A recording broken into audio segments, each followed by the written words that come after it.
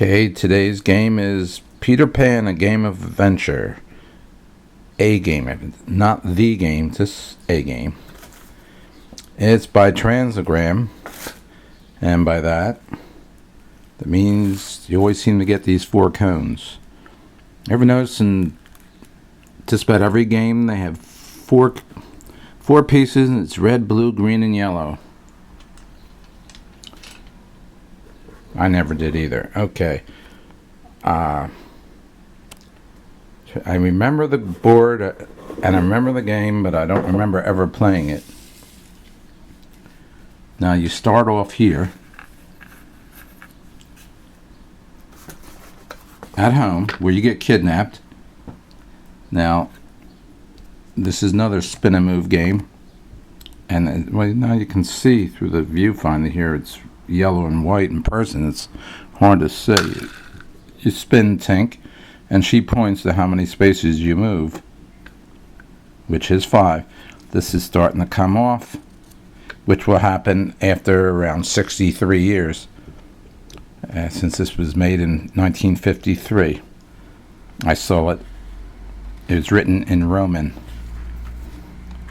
So you move, and it's very unclear which way to move, but this is the way you do. 1, 2, 3, 4, and you probably can count. And the first one landing directly here, and it doesn't tell you if you're here and you get an 8. Whoops, you can't get an 8. A 6, you can't get an 8. You don't go past you to stay there until you land there directly. So with 8 different numbers, someone get a big head start on you. Then once you land here, you choose one of these characters. I would always choose Michael, because that's what my wife calls me, Michael Darling. Now I wouldn't waste my time counting these, but in particular, if you're Wendy, you're always going to be on this. Well, you have a different path each of the 4, so one could be shorter and one could have more, lose a turn, go ahead 5 spaces. So if you really want to beat your grandchildren, make sure you count in advance. I don't know how you even get here, because once you get here, that's when you pick your red marker for Michael.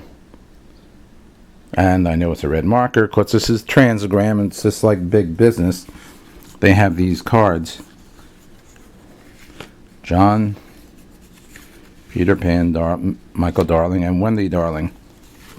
And the name Wendy comes from Peter Pan. She's the first Wendy ever. Of course, the writer of the book heard some little girl saying, "Oh, she's so friendly, Wendy."